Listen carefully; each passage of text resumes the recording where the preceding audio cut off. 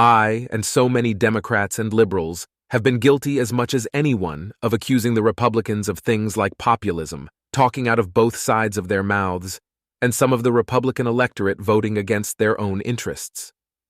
It turns out the Joe Biden-led Democratic Party is not much different, employing similar tactics and what some might call do whatever it takes to win, including selling out your allies on politics in an attempt to remain in the White House come this November's election. I get it. A politician is a politician is a politician.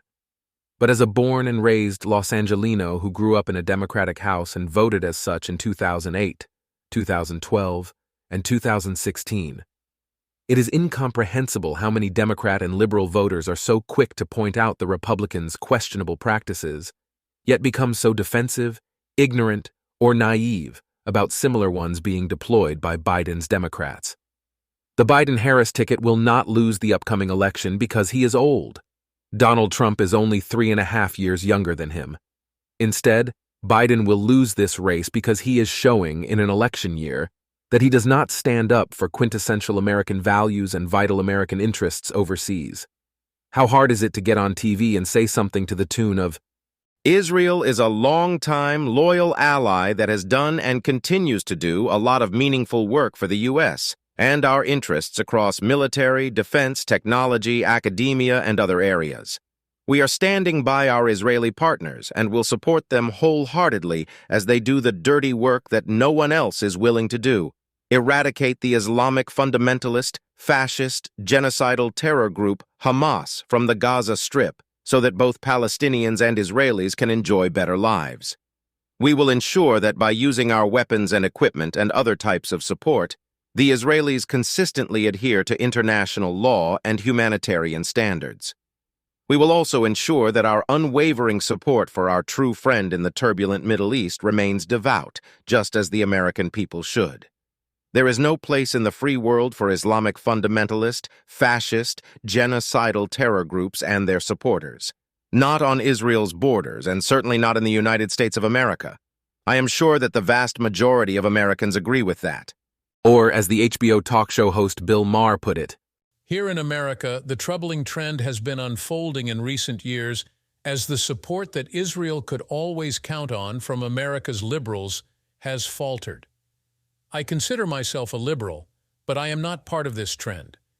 It comes from the fact that the values that Israel upholds and exemplifies are my values, and the values of the people who attack Israel are not. It boggles my mind that so many people in my country who consider themselves progressive somehow wind up in the streets cheering for some of the most illiberal people in the world." Why is it so hard for Biden to echo these sentiments? Why is it so hard for Biden's administration to say the word anti-Semitism without including Islamophobia in the same sentence every time they talk about rapidly rising Jew hate in America, against the backdrop of the all-time worst single-day attack on Israel by thousands of Muslim Palestinians in the explicit name of Islam? Why did Biden's Vice President Kamala Harris spiritlessly unveil an anti-Islamophobia strategy in November, just one day after the FBI director told senators that anti-Semitism is reaching historic levels in the United States? And why are Biden's official advisors meeting with Arab and Muslim American activists who do not hide their emphatic support for Hamas and Hezbollah, two arch-enemies of a true American ally? The answer to all these questions can be found in the U.S. state of Michigan, which is home to the most amount of Arab and Muslim Americans. Michigan is considered a battleground state that Biden's Democrats won in 2020 and Trump's Republicans won in 2016. And naturally, the Democrats do not want to lose this state in November's presidential election. That is totally fine.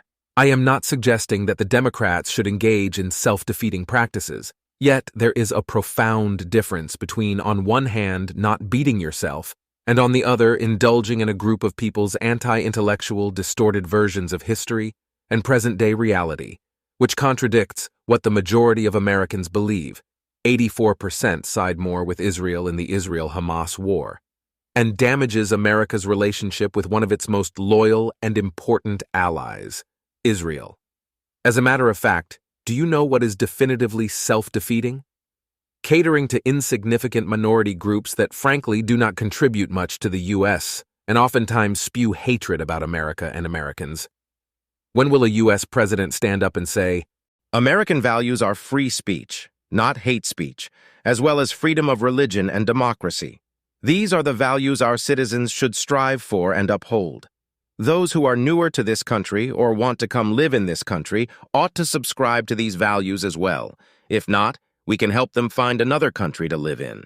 Come to think of it, I am pretty sure that Donald Trump was the last U.S. president to say this, in more or less words. I did not vote for Trump in 2016 or in 2020, and I find him to be personally appalling and professionally suspect in many ways. But if Americans who actually cherish their country, not those such as many Arab and Muslim Americans who despise America despite living there, have the choice between one guy who is willing to stand up for American values and another guy who caters to fringe groups, many of whom support the enemies of one of America's greatest allies, who do you think they will be more inclined to give their vote? Many people believe Benjamin Netanyahu is some extreme right-wing nationalist.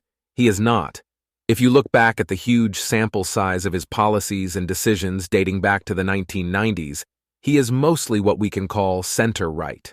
Generally, he governs with realism and realpolitik, as opposed to the liberal worldviews that, while admirable, would make the Israelis victims of socio-political suicide at best, and ethnic cleansing and genocide at worst. When Barack Obama was the U.S. president, Netanyahu and the Israelis tried to work with the Americans on using military force, the only real option, to stop the Islamic Republic of Iran, which predominantly destabilizes the Middle East and openly calls for Israel's destruction from developing a nuclear program. The same way that circa 2005 Israelis and Americans collaborated on Stuxnet, a malicious computer worm that they used to successfully disrupt the Iranians' nuclear technology. Obama ran as a Democrat, but for all intents and purposes, he governed with and employed tons of government officials who advocated for and implemented poisonous progressive ideology.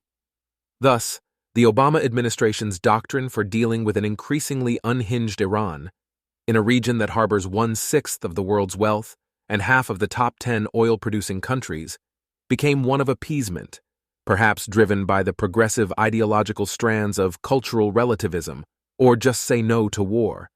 I know, Obama inherited 2 dreadful military campaigns in Iraq and Afghanistan, and won his first presidential election in part on the promise of ending them, but dealing with Iran militarily was unlikely to start another war. In 1981, for instance, Israel conducted airstrikes against an unfinished Iraqi nuclear reactor named Osirak, located 17 kilometers, 11 miles, southeast of Baghdad, in what is known as Operation Opera, and that did not lead to a war. Former U.S. President and fellow Democrat Bill Clinton even expressed support for Israel's attack, saying, "Everybody talks about what the Israelis did at Osirak in 1981, which I think in retrospect was a really good thing. You know, it kept Saddam from developing nuclear power. Thus, an American-Israeli assault on Iran's nuclear ambitions would have served as legitimate deterrence and a stark warning to Iran's oppressive, anti-Western Islamic fundamentalist regime.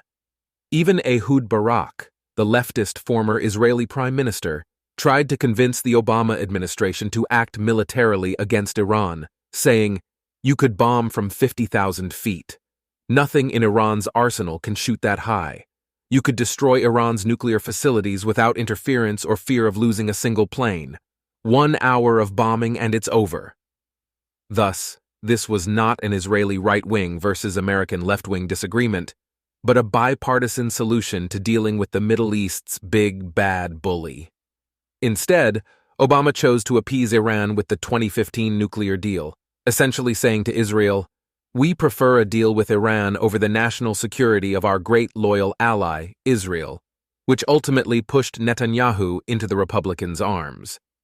Hence, why many are saying that Netanyahu is trying to wait it out until the November U.S. presidential election, and from his vantage point, hopefully a Republican victory.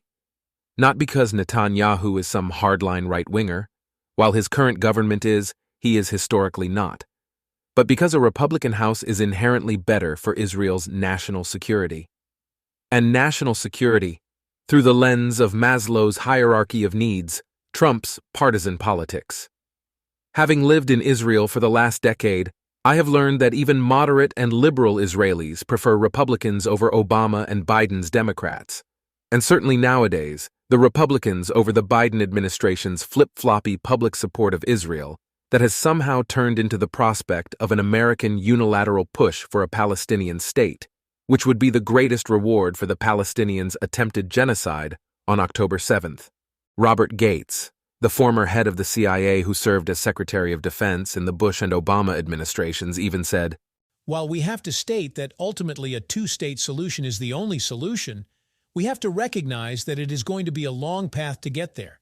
And the notion of recognizing a Palestinian Authority as a state now, I think, is a huge mistake. There has to be a process, a sequence of events, and some established criteria of changes that have to happen in the West Bank, in the Palestinian Authority, and among the Palestinians themselves, with Arab support that over time will allow some confidence to be built on the part of the Israelis that a Palestinian state next door is not going to be an existential threat to Israel, is not going to be a threat for another October 7th, and that is going to take time."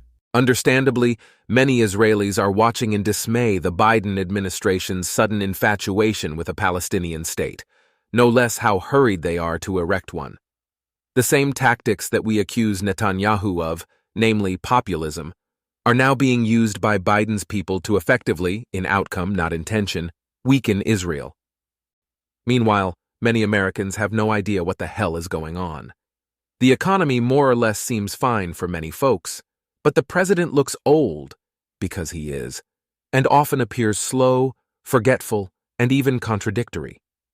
After Israel was massacred on October 7th, Biden vigorously supported the Jewish state and became the first U.S. president to fly to Israel in the midst of warfare. Now, only a few months later, he is talking about trying to help some random so-called refuge group called the Palestinians, who, oh by the way, perpetrated the massacre, establish a state because a few 100,000 Arab and Muslim Americans, many of whom hate America and other Americans, were incensed by Biden's actually pretty good management at the outset of the Israel-Hamas war, which Hamas started. The president is willing to endanger Israel's existence to gain the support of a voting bloc where Jew hatred is prevalent, wrote columnist Michael Goodwin.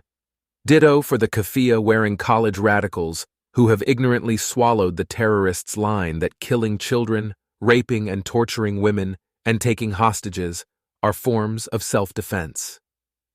You and I are well versed on the Israeli-Palestinian conflict and the day-to-day developments of this war. But for many uninvolved or uninterested Americans, they must be thinking, what in the world is Biden doing? And for those Americans who are paying close attention, Biden's administration looks feeble and desperate as they awkwardly try to negotiate a hostage release deal with the world's fifth most active terror group, Hamas, via a suspect nation, Qatar, which completely disingenuously bills itself as the Middle East's honest broker. Intelligent people are pretending they think Hamas is willing and able to respect a ceasefire and to negotiate a two-state solution, wrote Alan Johnson, the editor of Fathom.